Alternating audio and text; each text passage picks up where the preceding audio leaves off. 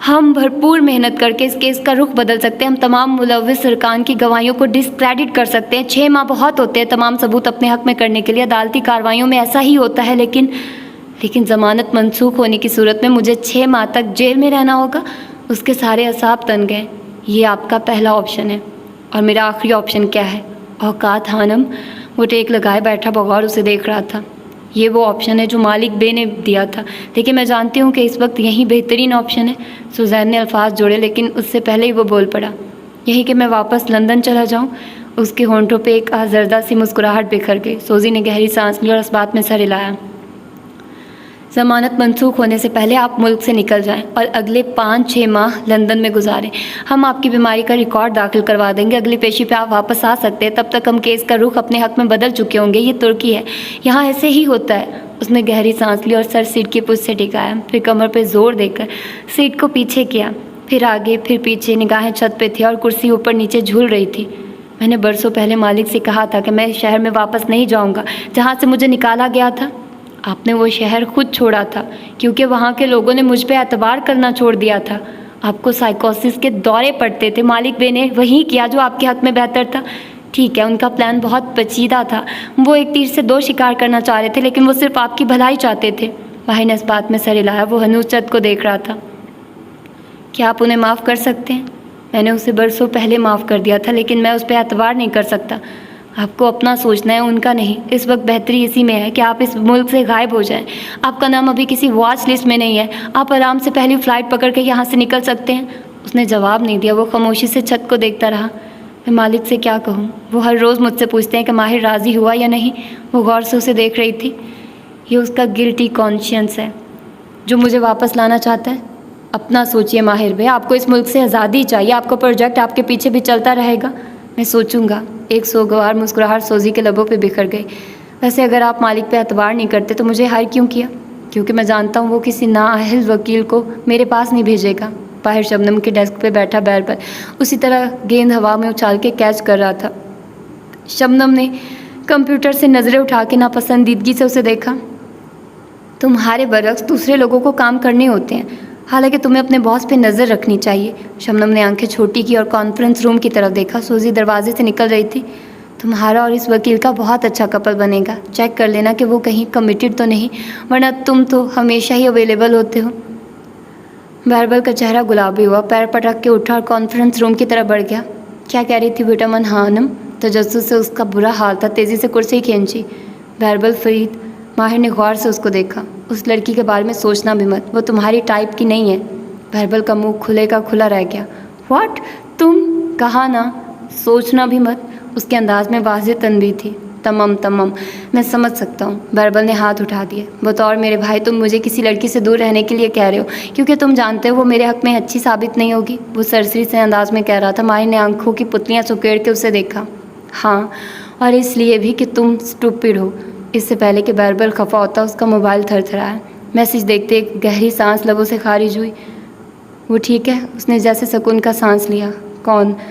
ماہر نے سوالیہ ابرو اٹھایا. مالا. مجھے اس کی فکر تھی. وہ واپس موبائل جیب میں ڈال رہا تھا. میں نے اسے صبح کال کی تھی لیکن اس نے نہیں اٹھائی. ابھی اس نے مجھے میسج کیا کہ وہ ٹھیک ہے. وہ اپنے شوہر کے ساتھ نہیں رہ رہی، کسی ہوٹل میں، اور یہ بھی کہ ابھی وہ کچھ دن اکیلے رہنا چاہتی ہے. یعنی میں اسے تنگ نہ کروں. بیربل کے جانے کے بعد ماہر نے فون اٹھایا، اسکرین روشن کی. وہاں کوئی کال یا میسیج نہ تھا. اس نے مالا کی چیٹ کھولی. اب وہ اس کی پروفائل پکچر نہیں دیکھ سکتا تھا. کیا اس نے اسے بلاک کر دیا تھا؟ اس نے ماہر کو تب بھی بلاک نہیں کیا تھا جب اسے معلوم ہوا تھا کہ وہ کیف نہیں ماہر ہے. کیا اس کی بیزاری اس حد تک بڑھ چکی تھی؟ اس نے سوزی کا نمبر ملایا اور فون کان سے لگایا. تم درست کہہ رہی تھی، مجھے اپنے لیے کوئی فیصلہ لینا ہے. اس نے خود کو کہتے سنا. مالک سے کہو میں اس کی ملکہ کے ملک واپس آنے کے لیے تیار ہوں. اپارٹمنٹ کے لیونگ روم میں بیٹھا زیاد سلطان اینک لگائے کشمالہ موبیل کا موبائل اٹھائے باری باری تمام چیٹس کو رپلائی کر رہا تھا. بیربل کو جواب دے کر اس نے فیملی گروپ کھولا جہاں خاموشی تھی. میں کچھ دن کے لیے ڈیجیٹل ڈی ٹاکس پہ جا رہی ہوں. فون آف کر کے کام پہ فوکس کرو. پیغام لکھ کے بھیج دیا. وہ احتیاط سے ٹائپ کر رہا تھا، ایک اسپیلنگ مالا کے انداز میں. مالا اکثر ایسے کرتی تھی. کام پہ توجہ دینی ہوتی تو ڈیجیٹل ڈی ٹاکس پہ چلی جاتی اور ساری سوشل میڈیا ایپس بند کر دیتی. Are you okay? Abdul Malik Farid کی چیٹ میں تازہ پیغام جگمگا رہا تھا۔ پیچھے سے چیٹ خالی تھی، یقیناً مالا نے ڈیلیٹ کر دی تھی۔ زیاد کے ابرو بھنج گئے، پھر وہ جواب لکھنے لگا، وہ ٹھیک ہے اور کچھ دن کی تنہائی چاہتی ہے۔ پھر اس نے ماہر فرید کی چیٹ ڈھونڈی، وہاں ماہر کے نام سے ایک ہی نمبر محفوظ تھا، برطانیہ کے کوڈ والا نمبر، جو برسوں سے ماہر کی ملکیت تھا، لیکن اس کی چیٹ ڈیلیٹ شدہ تھی۔ زیاد نے نمبر بلاک کر دیا۔ اندر زیاد کے ہوم آفس کے باتھ روم کا دروازہ کھلا تھا۔ وہ سنک پہ ہاتھ رکھے آئینے کے سامنے کھڑی تھی، بال الجھے ہوئے دائیں بائیں بکھرے تھے، گردن پہ لکیروں کی صورت میں نیل پڑے تھے، ایک آنکھ بری طرح سوجی ہوئی تھی اور اس کے نیچے سرخی مائل نلاہٹ تھی، ناک کے وسط میں سیاہی مائل نشان، ہونٹوں پہ جمع خون۔ پھر اس نے دھیرے سے کندھے سے شرٹ دھکیلی، وہاں بہت سے نشان تھے، کندھے، کمر، اس کا سارا جسم درد کر رہا تھا، مگر یہ ایسے نشان جو لباس میں چھپ جایا کرتے ہیں۔ وہ چل ہمیں وہیں کھڑی خود کو دیکھتی رہی، پھر نل کھولا، ہتھیلیوں میں پانی بھر کے چہرے پہ ڈالا، جلتی آنکھوں کو ٹھنڈک ملی، ٹھنڈے زخموں کو جلن پہنچی۔ پھر دیوار کا سہارا لیا، اس کا سارا جسم درد سے ٹوٹ رہا تھا۔ بدقت وہ باہر آئی، کمرے کا دروازہ باہر سے بند تھا۔ وہ دروازے تک آئی اور اسے کھٹکھٹایا، ایک دفعہ، دو دفعہ، اتنی دفعہ کہ بازو درد کرنے لگے۔ اس نے نڈھال سے انداز میں گہرے گہرے سانس لیے۔ وہ قدم قدم چلتی دیوار کو پکڑے اپنے اسی کونے میں آ گئی، پھر وہ نیچے بیٹھتی گئی، سر درد سے پھٹ رہا تھا۔ دروازہ کھلا اور وہ اندر داخل ہوا۔ اس کے ہاتھ میں ٹرے تھی اور چہرہ سپاٹ تھا۔ جھک کے ٹرے مالا کے سامنے فرش پہ رکھی، اس میں چاول تھے، اوپر چکن پیس، یہ اس کا سعودی عرب میں فیوریٹ کھانا تھا۔ زیاد سلطان نے اس کا فیوریٹ کھانا آرڈر کیا تھا، البتہ ساتھ نہ کانٹا تھا نہ چمچ۔ وہ اس وقت کوئی ہتھیار اس کے ہاتھ میں نہیں دے سکتا تھا۔ وہ خاموشی سے کھانے کو دیکھتی رہی۔ وقت پیچھے چلا گیا تھا، وہ ایک شادی سے لوٹی تھی، اس کی آنکھوں میں آنسو تھے، وہاں اس کے چہرے کی ایکنی کو نشانہ بنایا گیا تھا، اسی لیے اس کے لیے ان آنٹی نے رشتہ نہیں بھیجا تھا۔ اس کی ساری ذات سوالیہ نشان بن گئی تھی۔ وہ اوپر اسٹوڈیو میں بند ہو گئی تھی، وقت بھی کھانے کے لیے بلاتی رہی لیکن وہ نہیں آئی۔ پھر ماں نے خود ٹرے تھامی اور سہج سہج کے زینے چڑھتی دیوار کا سہارا لیتی اوپر آئی، دروازے کے باہر ٹرے رکھی، خود بھی بدقت وہاں اوپری زینے پہ بیٹھ گئی۔ کھانا کھا لو بیٹے، کھانے سے کیا ناراضی؟ وہ گھٹنے زمین سے لگائے جدہ کے اپارٹمنٹ کے اس قید خانے پہ بیٹھی کھانے کی ٹرے کو دیکھ رہی تھی۔ تم سہیل کی شادی پہ تھے؟ اس نے نظریں بھورے چاولوں پہ جمی تھی۔ زیاد اب اپنی کرسی پہ بیٹھ چکا تھا۔ لیکن مجھے یاد نہیں۔ ماہی کہتی ہے کیوں یاد نہیں؟ تم نے کچھ کیا تھا میرے اوپر، کسی وجہ سے تم نے مجھے وہ واقعہ بھلوا دیا۔ ماں کہتی تھی شیاطین چیزیں بھلوا دیتے ہیں۔ وہ گیلی آواز میں بول رہی تھی، تھوڑی گھٹنے پہ ٹکائے، نظریں پلیٹ پہ مرکوز تھی۔ سمرینہ تمہاری منگیتر نہیں تھی، وہ ایک جھوٹ تھا جو تم برسوں سے بولتے آئے تھے، ایک سوب سٹوری تاکہ میں تم پہ ترس کھاؤں۔ مجھے چیزوں کو، انسانوں کو، اپنے بہن بھائی کو، سب کو فکس کرنے کی عادت تھی۔ میں نے ماں کو بھی فکس کرنا چاہا، میں اپنے گھر کا فکسر تھی۔ تم چاہتے تھے کہ میں تمہیں بھی فکس کروں، لیکن پھر اس نے نفی میں سر ہلایا۔ لیکن کوئی عورت کسی مرد کو فکس نہیں کر سکتی، کوئی انسان بدل نہیں سکتا۔ جو بدلتے ہیں وہ اپنے لیے بدلتے ہیں۔ تمہارے پاس موقع تھا، وہ بولا تو اس کے انداز میں شکوہ تھا۔ تم محبت سے میری صلاح کر سکتی تھی، تم مجھے بدل سکتی تھی، لیکن تمہیں میری پرواہ ہی نہیں تھی کشمالہ۔ تمہیں اپنے بہن بھائی، استنبول ٹرپس، اپنے کام کی پرواہ تھی، اور ان کی جنہیں تم فیملی فرینڈز کہتی ہو۔ انداز میں طنز ڈر آیا۔ مالا نے گیلی آنکھیں اٹھا کے اسے دیکھا۔ وہ سب تم سے بہتر تھے زیاد، وہ سب ٹھیک تھے، میں غلط تھی۔ زیاد سلطان کے ماتھے کی رگیں بھنج گئی، چہرہ سرخ پڑنے لگا، مگر وہ نڈر سے کہہ رہی تھی، ماہر بھی ٹھیک کہتا تھا، تم مجھے ہرٹ کرو گے اور تم مجھے بری طرح ہرٹ کرو گے۔ دیکھا تھا میں نے، وہ تمہیں کالز کر رہا ہے کہیں دن سے۔ مالا نے افسوس سے اسے دیکھا۔ تمہیں لگتا ہے میں نے تمہارے ساتھ بے وفائی کی ہے؟ وہ اب خوف زدہ نہ تھی، اس کے چہرے پہ صرف افسوس تھا۔ میں نے ماہر فرید کو اس قابل ہی نہیں چھوڑا کہ وہ ایسا کچھ سوچ سکے۔ آخر میں وہ ہلکا سا مسکرایا۔ تم نے اسے اس کیس میں پھنسایا ہے نا؟ وہ اسی تعصب سے اسے دیکھ رہی تھی، آواز ہلکی تھی۔ گلٹی ایز چارجڈ۔ زیاد سلطان نے سر کو خم دیا، وہ بالکل سنجیدہ تھا۔ اور مجھے یہاں قید کر کے کیا کرو گے؟ میری یادداشت مٹا دو گے یا مجھے خود سے محبت کرنے پہ مجبور کر دو گے؟ پھر افسوس سے نفی میں سر ہلایا۔ میں تم سے طلاق لوں گی زیاد، میں تم سے طلاق لوں گی، ایک ایک لفظ پہ زور دیا۔ طلاق ایک بہت بڑا لفظ ہے کشمالہ، ٹھہرو، میں تمہیں بتاتا ہوں کہ اس لفظ کا مطلب کیا ہے۔ وہ اپنی جگہ سے اٹھا اور جیبوں میں ہاتھ ڈالے کمرے میں ٹہلنے لگا۔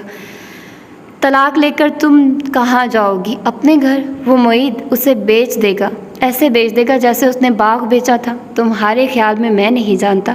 وہ تن سے ہنسا۔ معید کے گھر میں تمہارے لیے اب جگہ نہیں ہوگی، کیونکہ اب وہاں تمہاری بھابھی ہے، اور وہ مجھے عورت ایسی نہیں لگی مجھے جو تمہیں برداشت کرے گی۔ تمہارے پاس پاکستان میں نہ کوئی گھر ہوگا نہ کریئر، اور طلاق یافتہ عورت کا اکیلے رہنا،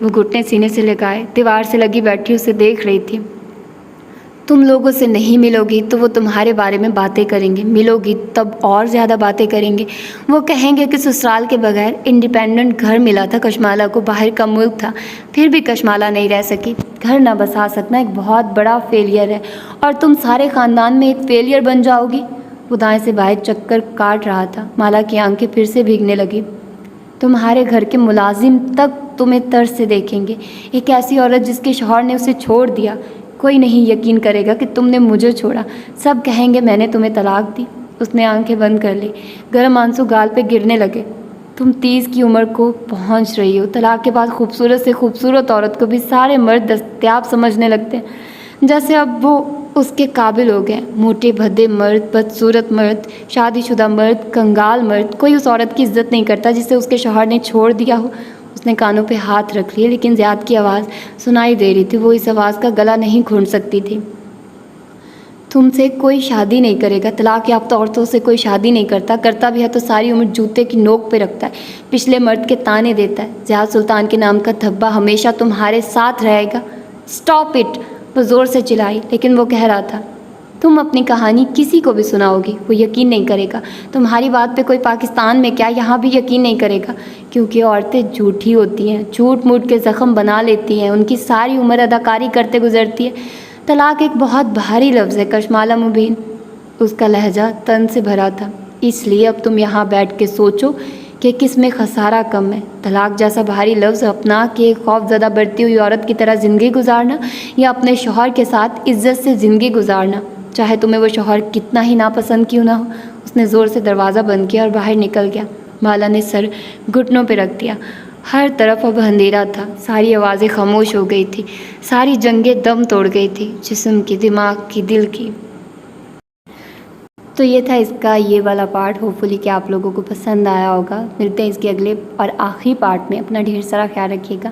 اللہ حافظ۔